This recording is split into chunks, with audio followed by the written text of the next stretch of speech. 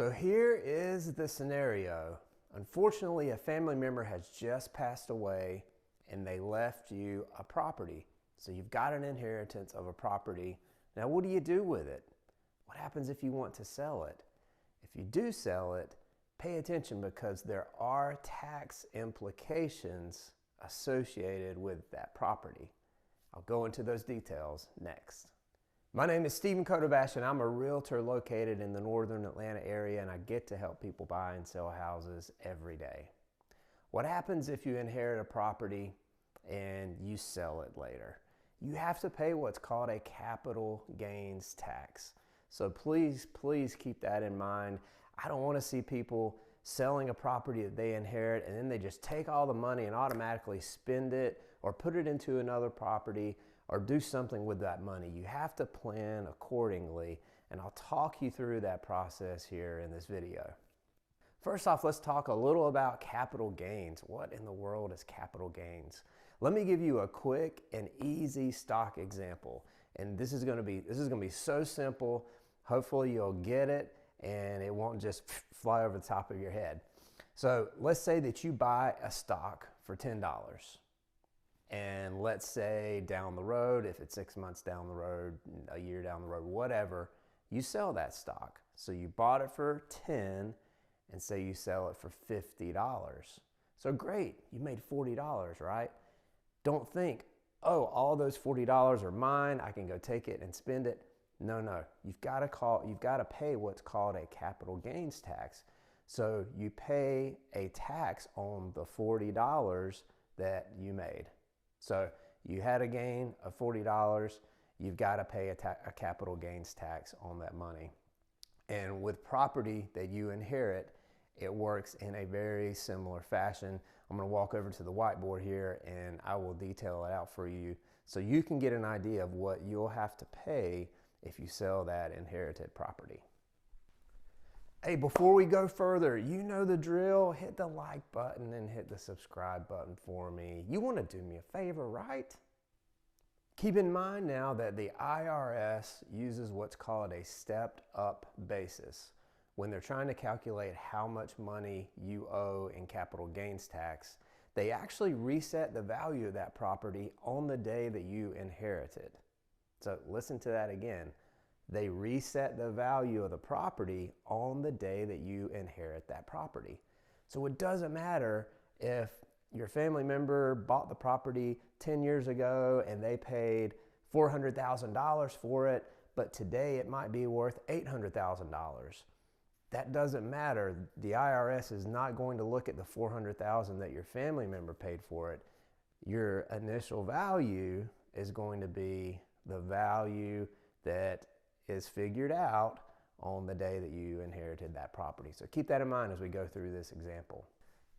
Okay, let's take a look at a quick example of how this would work in the real world.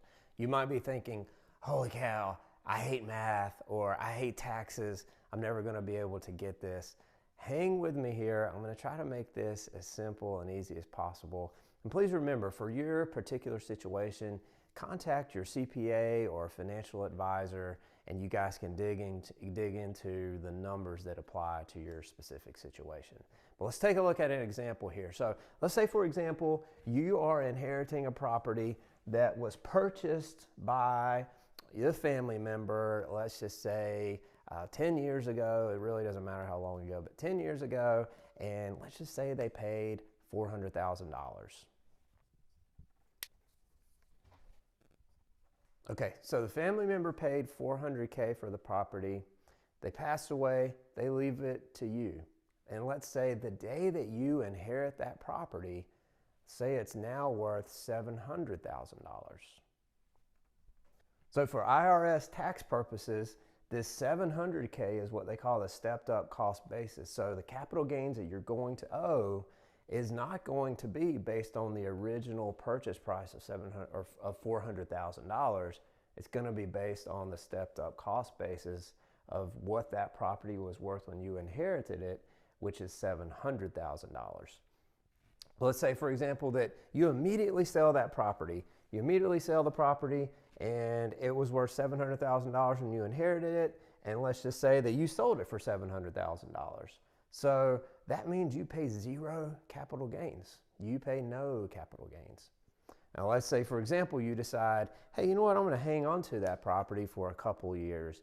You hang on to it for a couple years, either it sits there vacant or maybe you rent it out, who knows. But let's just say that it sits there for a couple years and then you decide to sell. Well then, let's say that after a couple years, it's worth $750,000. And if it's worth $750,000 and you sell it for $750,000, now you got to remember that your stepped up cost basis is $700,000, and that's when you inherited the property. That was the value. Now, when you sell it for $750,000, say it's worth $750,000, and so that difference there is $50,000. So that is what you pay capital gains tax on. You pay tax on that $50,000. So it's that additional value that you gained while you held on to the property. So you don't pay capital gains based on the original purchase price of $400,000. So if you do the math there, hopefully you'll understand and realize it's a huge advantage that the IRS uses this stepped up cost basis when they calculate capital gains that you're going to owe on that property. Hey, before you hop off my channel, I know what you're thinking right now. You're thinking, I need to do a home renovation project for my house. If that's you, take a look at this video that I publish here on my channel where I talk about those dangerous and or illegal home improvement projects. So check that video out next so that you keep yourself out of trouble. I really hope this video was helpful for you. I know it can be a good thing when you inherit some property, but there are financial obligations, are tax implications to it, and I want to make sure that people understand what those look like, because I don't want you to be in trouble down the road when you think that all the money that you made on the sale of the property is yours, because that's certainly not the case. So I hope you got some value in this video. Thank you so much for tuning in, and I'll catch you guys on the next one.